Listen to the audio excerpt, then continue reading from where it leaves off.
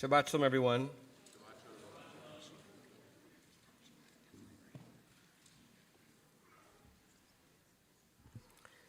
I grew up on the East Coast,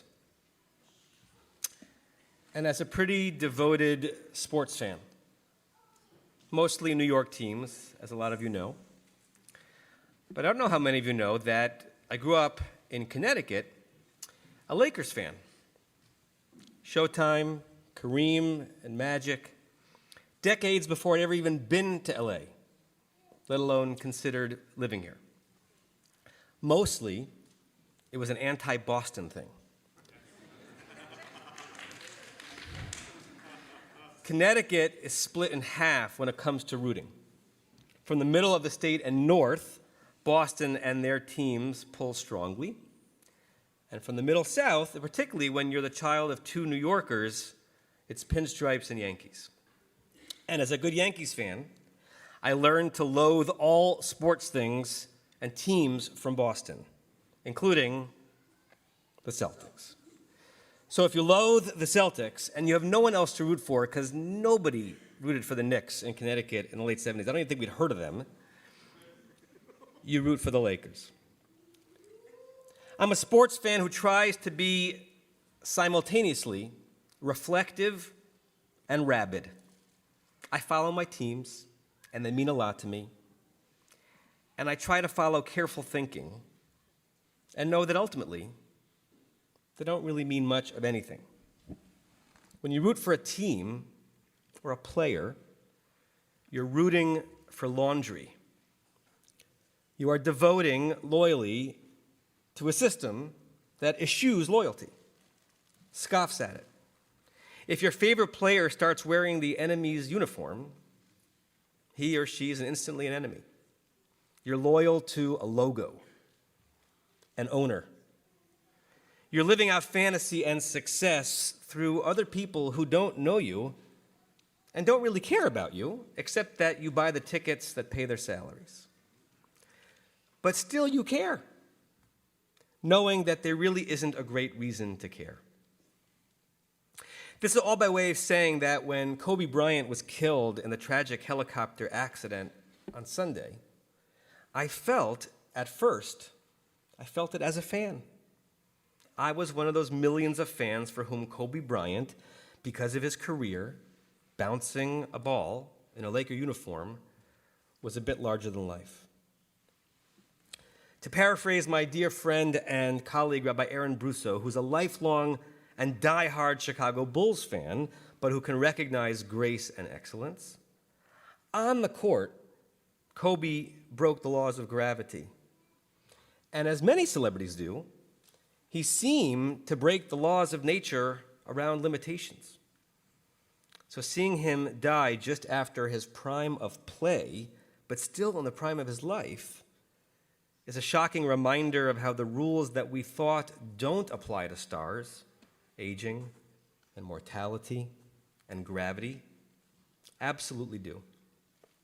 And the moments that they allowed us to escape our own limitations and dream of unencumbered lives are immediately exposed for what they were, fleeting and momentary.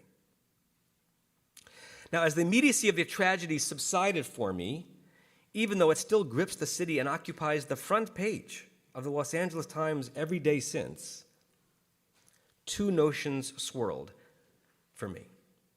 And they're notions neither comfortable to think nor easy to express. I hope I express them with proper respect. The first is that the city and the sports world and ESPN were focusing on the tragic death of an all-star, an icon, a Hall of Famer, to be. And yet I think, if we're really still focusing on it, we should be focusing on the tragic death of a father and a daughter, several fathers and several daughters, not all of them named Kobe or Gianna. All of them should be at peace and of blessed memory. And all of them, save one or two, seem to get token or belated compensatory attention. People die every day of natural deaths, of murders, accidents, and tragedies. And it's odd to think which deaths capture our attention longer and more intensely, and why. When statesmen die, their deaths have us review their legacies and accomplishments. When great thinkers die, their deaths have us consider the impact their thought had on civilization. When basketball stars die, their deaths have us think of what? And why? And for how long? I utter these words with reverence for the recently departed and with curiosity, just curiosity, about aspects of our celebrity culture. Some of the lingering is lovely and can be productive. On a small but sweet level, our Pressman students practiced dribbling and worked on skills this week in Kobe's memory. And on a grander level, because of the infamy of one of the people who died in that helicopter, some appropriate and perhaps belated attention is being put towards technology that was not in that helicopter, but which could have been. And had it been, it might have saved lives. So because these tragic deaths included one who does capture our attention, it may be that future deaths are averted, and that would be a wonderful light to emerge from this darkness. And it would be emerging specifically because Kobe was famous, because Kobe was Kobe. And the second notion relates to hagiography and our need and our instinct to lionize our heroes and to ascribe to them goodness that may or may not have emerged from their greatness. And I say this too with proper reverence for the deceased, and also with some discomfort with the partial whitewashing, the near deification upon death of a hero who was quite human and flawed in life. In the rush and crush to respond to the shocking news, deference and respect to the dead intermingled with some potential lack of respect to some who are still living. And the attempts to honor this man ended up doing a little bit of disservice to honesty regarding this man. Now, given the setting and the ages of those in the room, I won't go into details here, but many of us know that there was a dark spot on Kobe's blazing light. And there remains a victim, still very much in pain, who probably had to wonder, as Kobe the player in life became rather quickly Kobe the saint in death. What's the Jewish view of all this? Because after all, I'm a rabbi, not a social critic at the core. One nugget of Jewish wisdom supports the focus, and even the overfocus, on Kobe's inspiring and admirable qualities, and there were many.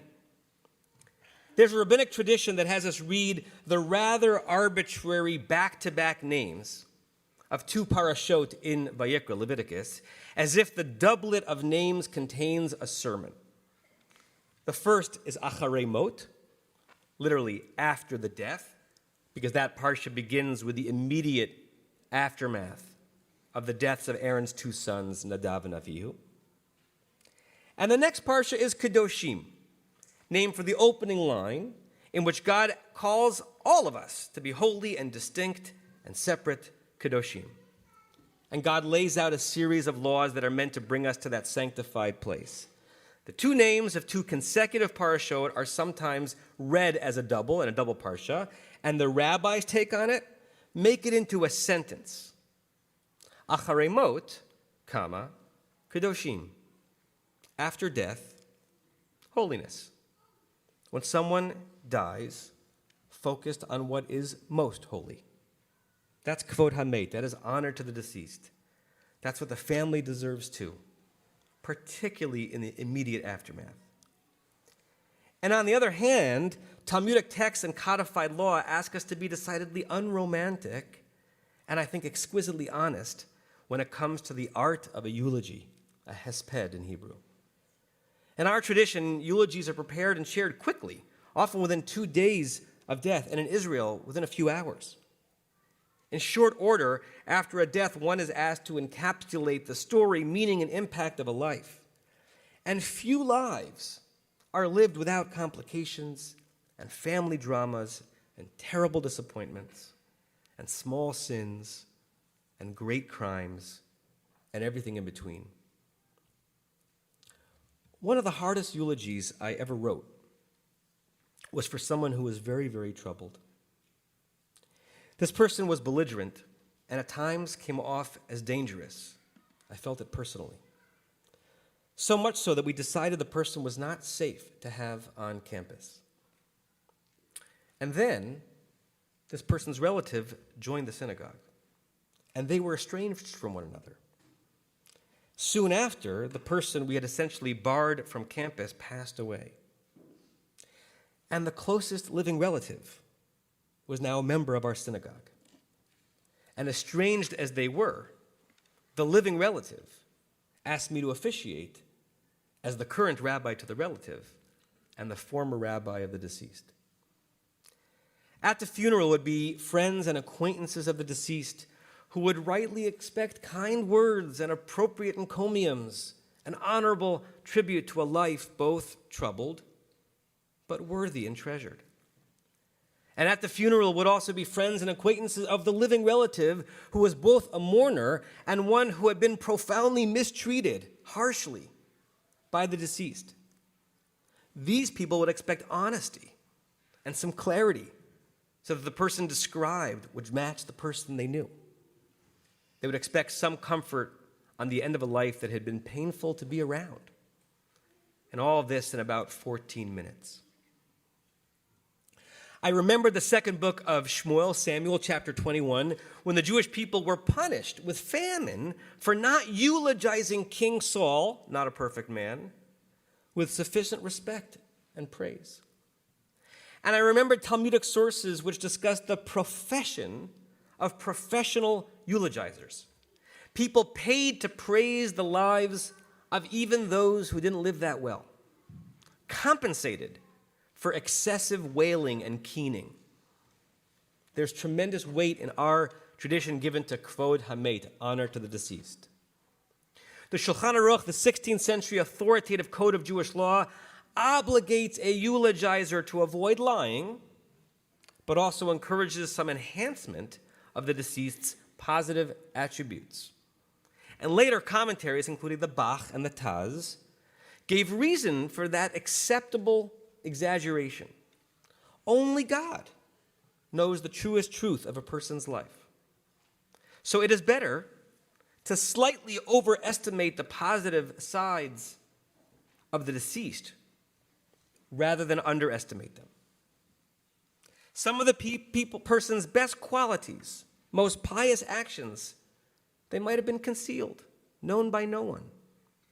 So judge favorably, particularly at death. It's a kindness to the deceased and to their grief-stricken mourners. And yet, some errors, some sins, some crimes ought not be forgotten or washed over, even at death. And knowing what to say and what not to say and when is more art than science. I hope I achieved the proper balance back then, and I wonder about it now, when a shining star was taken from us so quickly, and when that star was blemished, and when our tradition believes that all of the lives of those on that helicopter were of infinite and therefore equal value. Our era demands immediate reactions to all things, and in the moment, complexities can get flattened.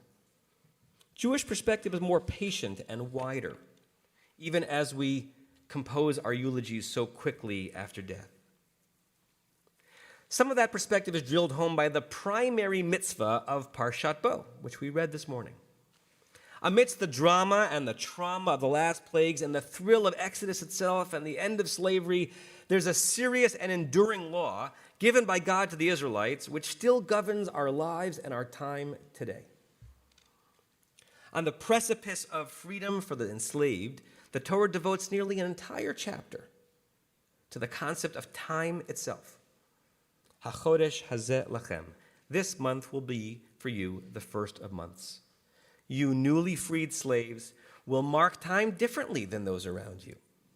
You will move from the adoration of the sun to emulation of the moon.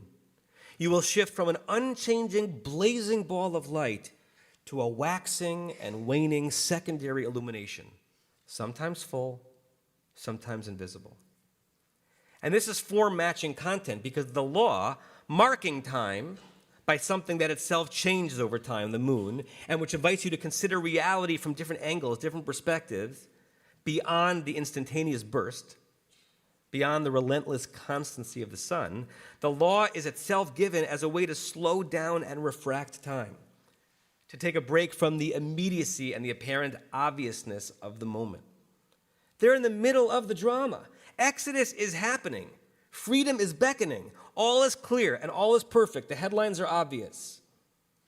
And suddenly the Torah lifts us, the characters and the readers, on eagle's wings and moves us towards the long view. Asks us to lean into a calendar that will endure and outlast us all. This mitzvah brings us from momentary time to epic time. It connects the actual night of Exodus to Pesach Seders across the eras during which we will think about the Exodus and continue to ask what it meant and accept that there will be more than one story to tell about that fateful night. Eulogies are written soon, and headlines and news articles are sometimes written too soon. History happens at a slower pace, sometimes more forgiving, sometimes less so. And I know, and I feel, that for many Lakers fans, any word that would take away from Kobe's legacy would be too soon and inappropriate. Celebrities are the characters in our mythologies, a version of British royalty, only more perfect, like the Greeks and their gods. We identify with them. We need them as heroes, as escapes. And yet seeing heroes without seeing and noting their imperfections leaves good people wounded and sets dangerous traps as we try to raise up reasonable and legitimate role models for the next generation. So I think that our aspiration, even in the moment, is to look at life and at people with the perspective that emerges from that section, HaChodesh Hazeh Lachem. What legacy will be left? What lessons ought we learn? How do we mourn, and how do we honor with honesty? May the memories of all 9 victims be for a blessing. May all their families find comfort.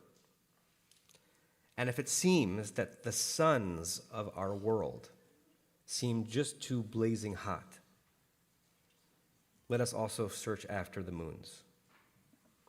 Shabbat Shalom.